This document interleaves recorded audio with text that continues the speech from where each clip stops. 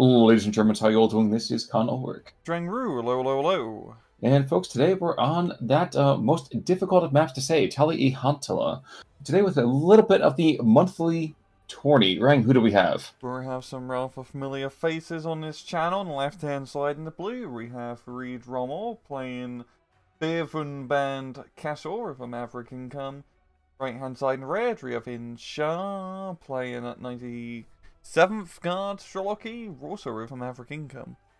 You know, because I grew up in the realm of Star Wars that didn't have the sequels, and barely had the prequels for that matter, I can't help but feel that the headcanon for this, that the Kessel division is just a bunch of convicts.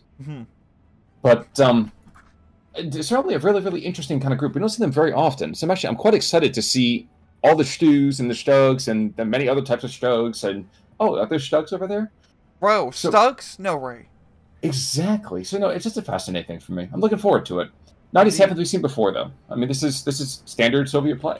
Yeah, pretty standard stuff. And just looking at this opener here, really nothing all that crazy. Got one Tanko Destiny key just going right down the road. He really wants to get to the other side, and he's dodging a lot of fire to do it. and luckily for the Tanko Destiny, that Pack 40 was like, you have stopped, therefore you are now going to die. So, unfortunately, also, the Schwarzenegger are far more concerned by shooting those Maxims in the far distance. Yeah, I believe it's a minimum engagement distance, so actually, they do get stunned, Joe. It's very close for your Tankos to actually get into the town. It feels like he could use one or two more troops. We've got like a second troop of like Tankos and flamethrower troops trying to get through the forest, but well, you know, this is Kessel. They got some damn good infantry between the Brandenburgs and those Hungarian flame troops. Even their disheartened troops are actually surprisingly good. Yeah, they're not bad at all. Yeah, it's kind of funny that that's the highest praise you can give. Well, they're not bad, so therefore they must be good. Early IL-2 run to the northern side, perfect idea going after that pack. Takes it out, which is actually a pretty devastating loss because Kessel doesn't really get all that much in the way of anti-tank, or at least this deck didn't bring that much.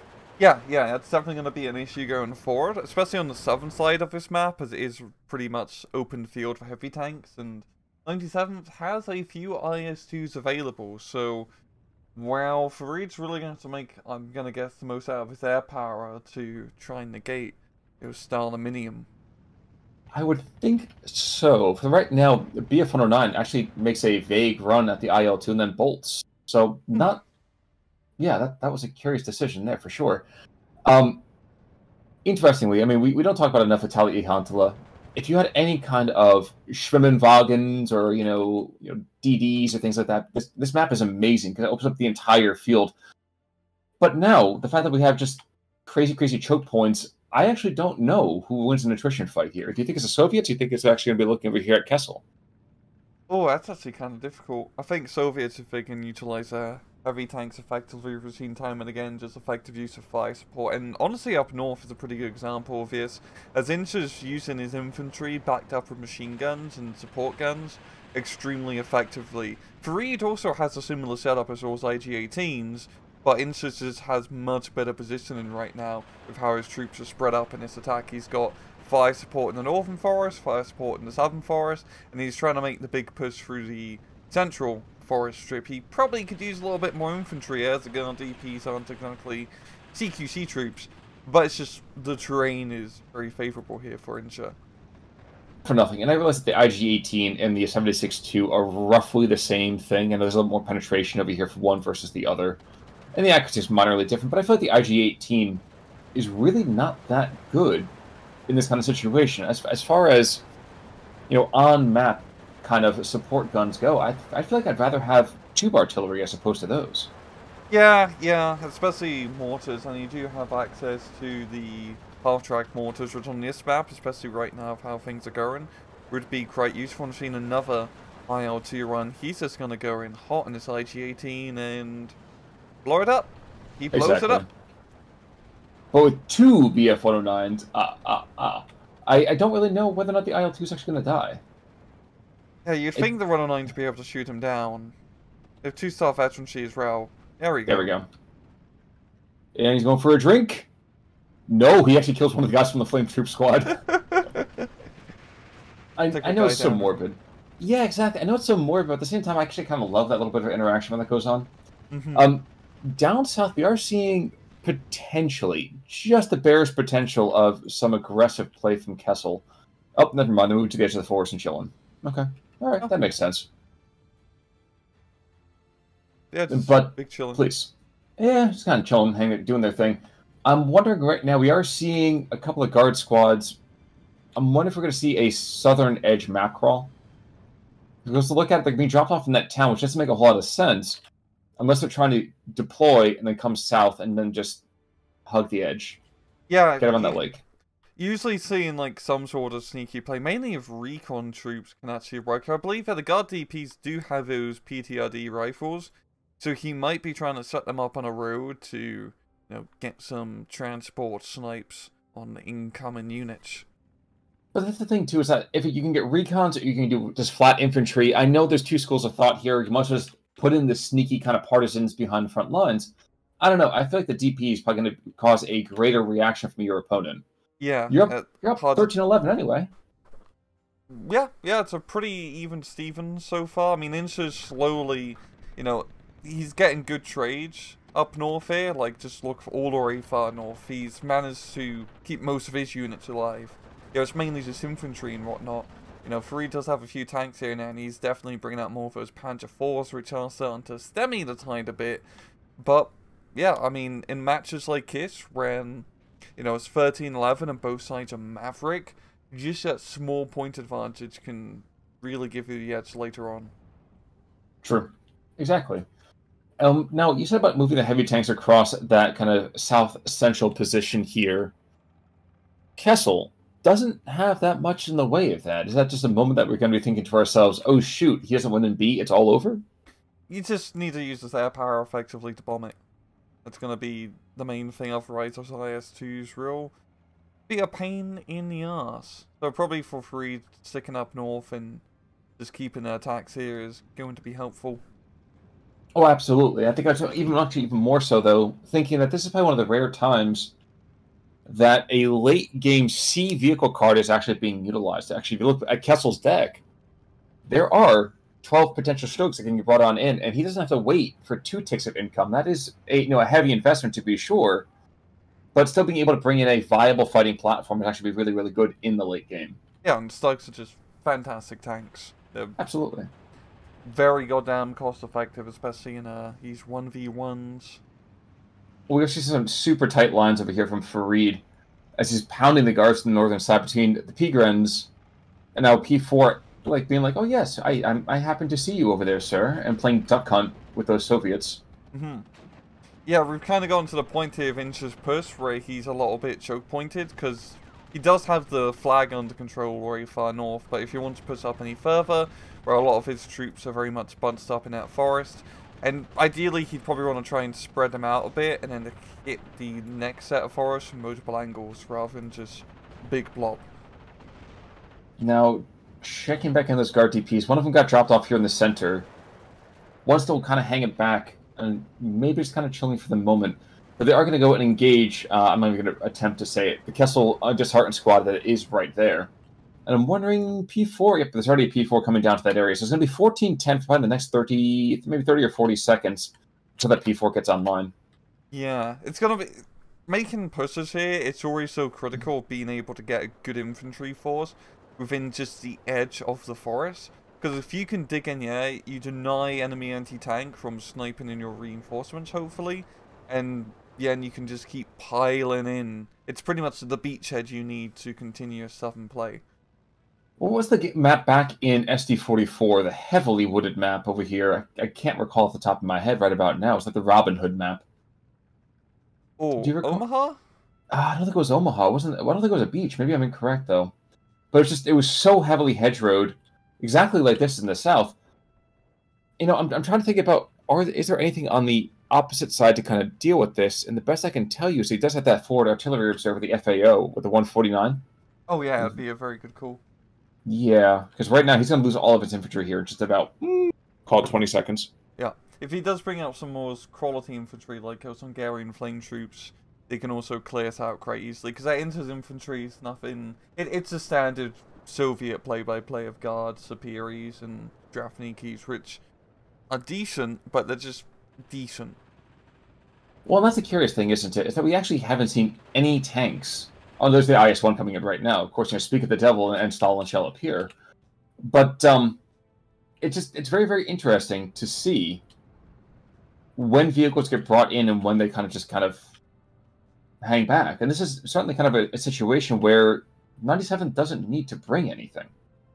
Yeah, I think he's going to be trying to bring it to zone out, just the central portion, especially where IG-18 is going. At close quarters, it's I'd say a bit risky against Panzer IV, but the IS-1 does have quite a bit of armor here. But you're seeing Farid, yeah, he's bringing in those reinforcements down south. That Panzer IV might be getting a bit too close here. I'll be taking some side shots to the PTRD, but there we go. Critical hits, you can always trust an anti-tank rifle to do that. Well, and I think, though, what he's trying to do is unmask it. And now the IS-1, though, this is going to be the issue. The IS-1 can start to engage that P4. Yeah. And it's going to be forcing him back, and this is going to buy Insha all-important time to get more reinforcements here. And it's got, yeah, another T-34 being brought in. He's also getting a rather beaky kind of extension over here into the German lines as well. You see right now, he's up 14-10. It was 15-9 a second ago. And I think it's actually starting to beat because the northern side kind of starved of strength. They're starting to really feel it. Yeah, we do see a mortar half-track being utilized quite effectively for some counter-battery play against some anti-aircraft batteries.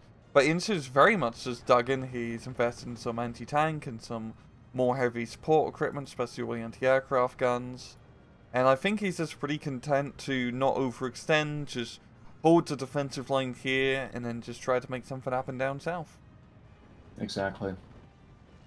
Northern side, we actually, one of the Brandenburgers gets absolutely pounded by IL-2 strikes, but now ground crews and 2 more Bf-109s. This might be the second kill, and there is not much air power over here for the 97th, so maybe not extending. Okay.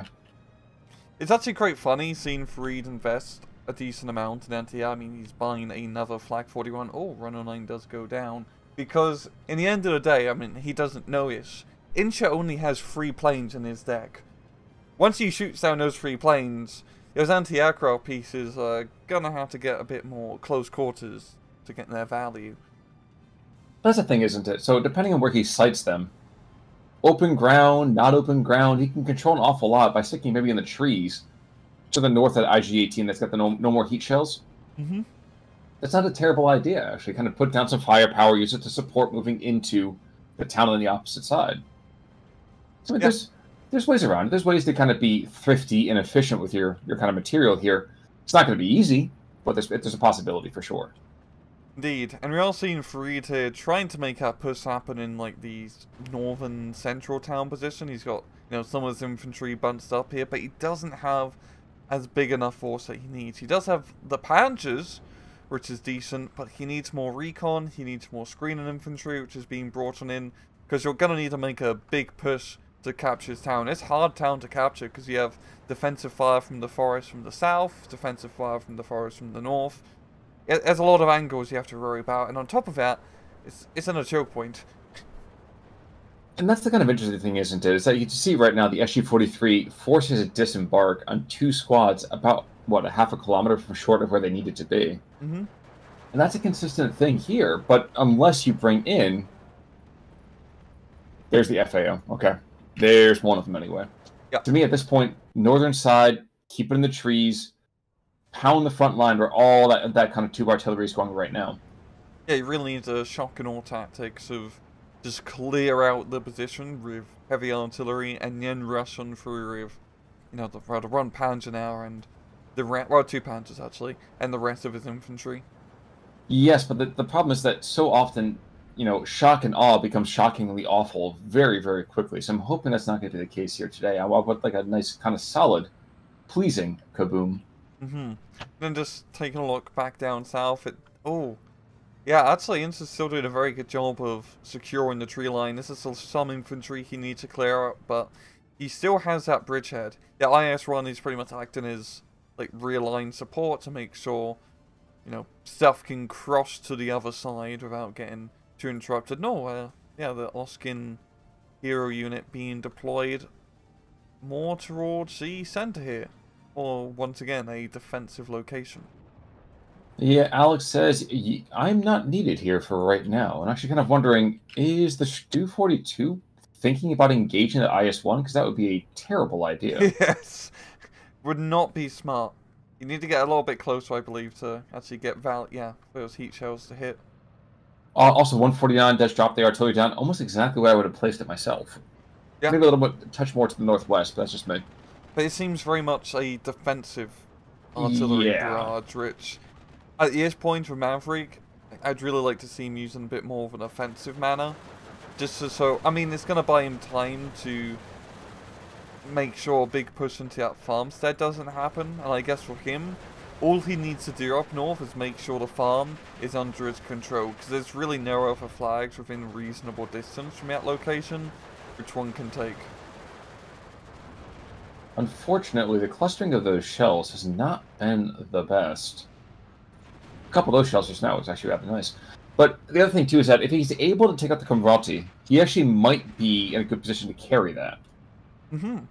Losing that kind of accumulated, I say evidence, that accumulated experience could just really serve him well in the long term. Just for right now, though, it's not looking great for Farid. No, he's really just been stalled this entire time. Insha's definitely been a run leading the momentum, definitely trading much more effectively, and with his Maverick and Maverick games, as we get closer and closer to C phase, I think it's going to be very hard for Farid, especially on this map, to reverse the momentum. Yeah, I guess as I was thinking about this here, he's a little bit less Rommel, a little bit more Auken-like, which I realize sounds horrible, but I think my point being is that against a dug-in defender, you actually have to be a little bit more audacious. You actually do have to kind of, like you said, set that tempo. You can't allow the game to kind of come to you. You have to take it to them. And I think sometimes, and we've seen this happen with Farid before, is that very, very talented at kind of deflecting and mitigating the worst of a push, but sometimes has trouble kind of coming back over onto the opposite side of that. You can see right now, for example, the P4's placed very defensively, getting picked off at distance by T-3485, being engaged with the IS-1s. And generally, if he has the territory, that's wonderful. But when you've got to be more aggressive behind that instead, you've got to go and be attacking. Maybe it's the division thing, maybe it's just, bad luck, but I think that's where we tend to see the biggest issues, I think, with Farid as a player. I think in this instance, it's mainly just terrain.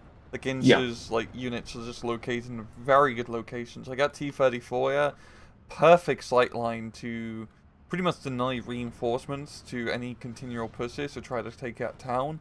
And also, Insha's defenses are pretty, decently layered, so to speak. He does have good coverage of machine guns, infantry, support weaponry, etc. I mean, he has an IS-2 up north here, which has just been chilling. He's not doing anything, but I'm fairly certain he's just a firefighter unit to go and put out any fires where the Axis there try to start them. By, using firepower of a 122mm gun, Got to fight fire with fire. Oh, absolutely. Absolutely. And there's only one way to kind of cook sauerkraut, and that's over an open flame. So I've heard, anyway. But there's also a 132. I think that, for me, is more the firefighter. I'm going to drop a ton of Sturm and Drangs and firepower, some real big kabooms, just to really freak you out and stop any kind of push that could be happening. Yeah. We're seeing, a pretty huge injection here from Farid in the center of tanks, Stoogs, Stugs, Marauders, all of those things.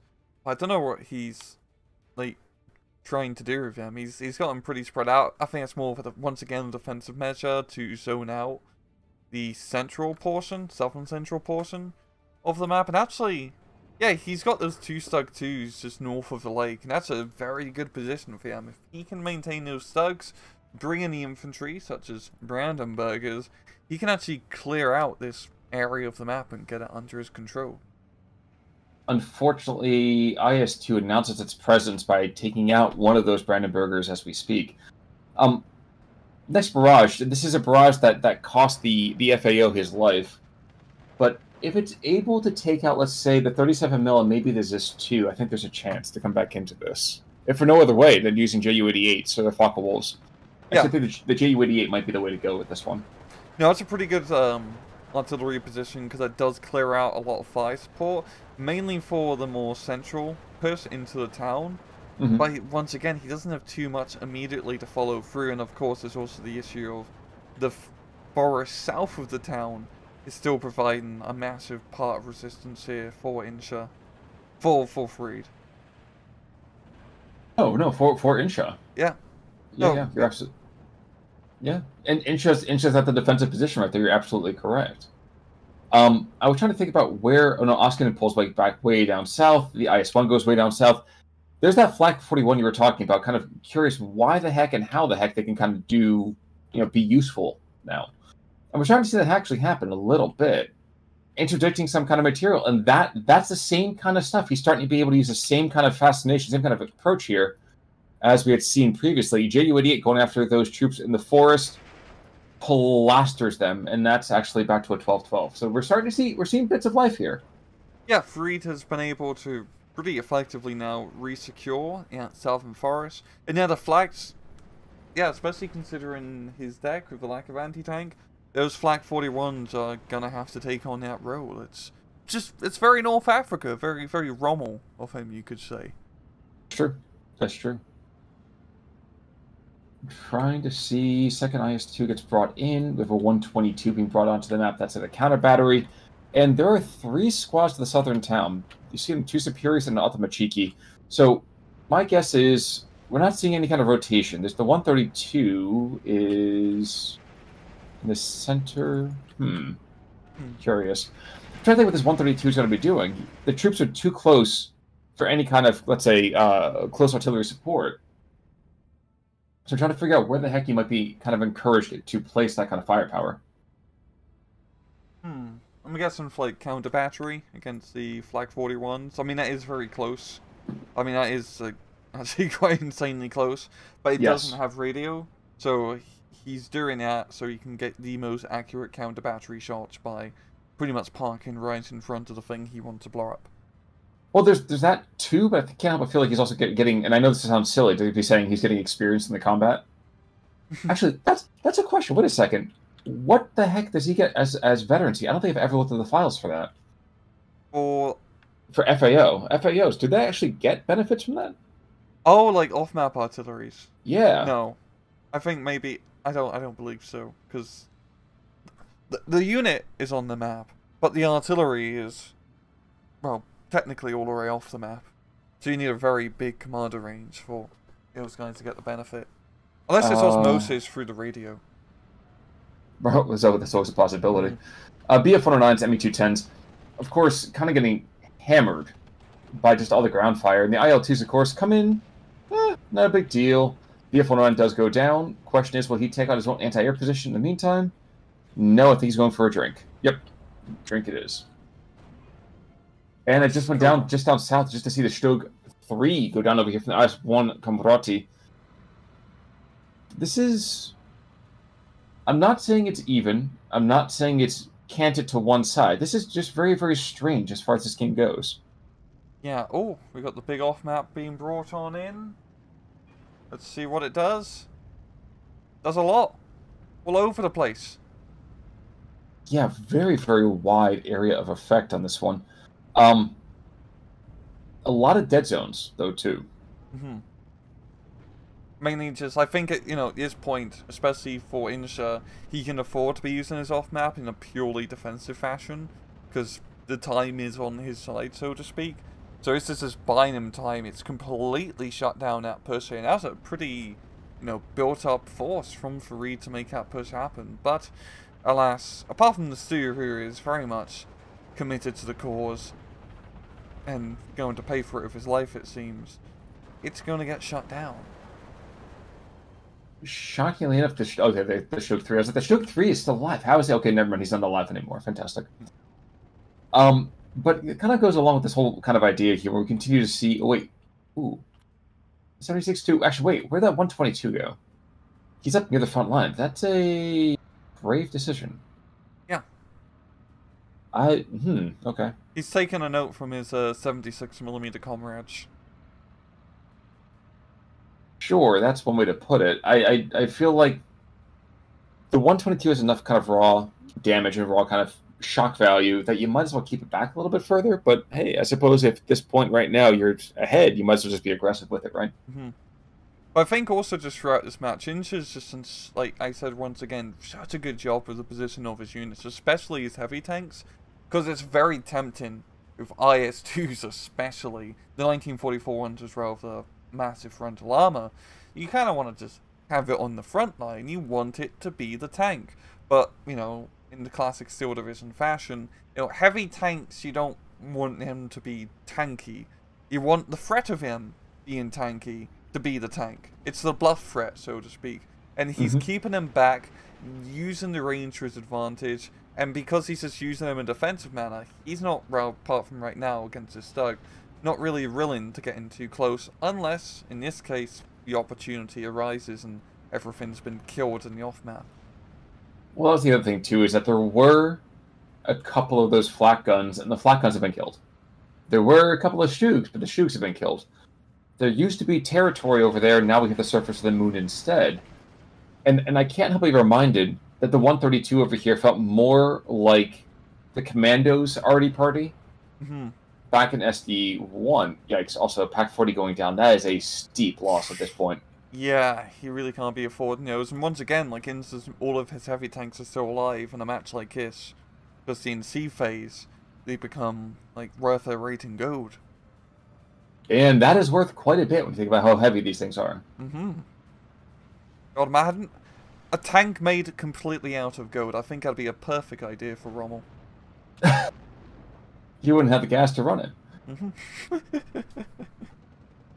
But down south, the IS-1 continues its reign of terror. This thing is actually probably... No, I would have thought he would have been a little bit lower on shells at this point. But no, he is still ready and raring to go for right about now. I feel like we're going to be seeing the knockout blow coming pretty soon here, coming from Insha. He's at 14-10, so he's digging in.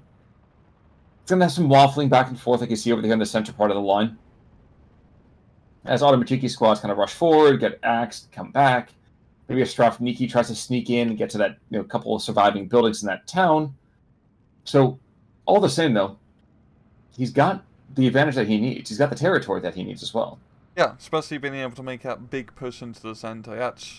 That's a pretty huge play, especially as late in the match. And it really just shows how well Insha's been trading, being able to just pretty easily get up here. Oh, he is getting pushed back a bit, but it's, Strafniki injection of troops should be enough. There's still a decent fire support base back here from Rommel, but he doesn't have the frontline units, the infantry, the boots on the ground to really lead any charges. And as much as we could malign the DP, when you have three of them to a single, oh my gosh, what's the name of that thing again? I guess the 24 milled Madsen, then yeah, at that point it's not going to be great. Indeed. I think we can take us through times 2 at 28:30. I was actually thinking the same thing, sir. Great minds and all that. And times 2. And you see right about now, we are to 15-9. So Farid himself has played it very well. I think at the same time we talked about maybe what could have gone a little bit better. I think maybe what Insha had done really, really well over here in the initial kind of breaking out. And part of that, too, is, I did appreciate seeing a lot more death and destruction to the northern side. I would have liked to have seen even a tease down south, because there's that one squad over here, Dudas, just kind of hanging on out, and everyone else just been, working.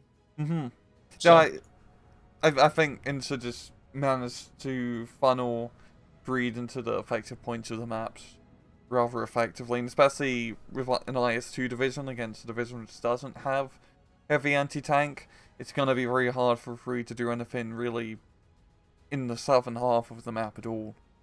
You'd have to make something happen up north, and Insha managed to shut that down very easily. Well, that's the thing, isn't it? The Stews are desperately trying to go and let's say, put down discouragement, but this is more of a moment that for me would be saying, okay, you know what? Fighting withdrawal, guys, we've lost today, we'll come back tomorrow, we can try it again. Yep, and there we go. We do see the tap, 30 minutes, 54 seconds, and yeah, the losses, 2-1. Yeah, that feels pretty much about right for that match. Insha was just trading really bloody good, yeah. And looking at the kills, The Camarati did pretty well. Yeah, yeah. IS1. Oskin did pretty good as well. Quite good for a hero unit. Did he survive the entire match, Oskin? He did. Wow. He That's did. rare for a hero unit. Good job. And the mode over here, 5 kills and a lot of suppression. So, really well done. Mm-hmm.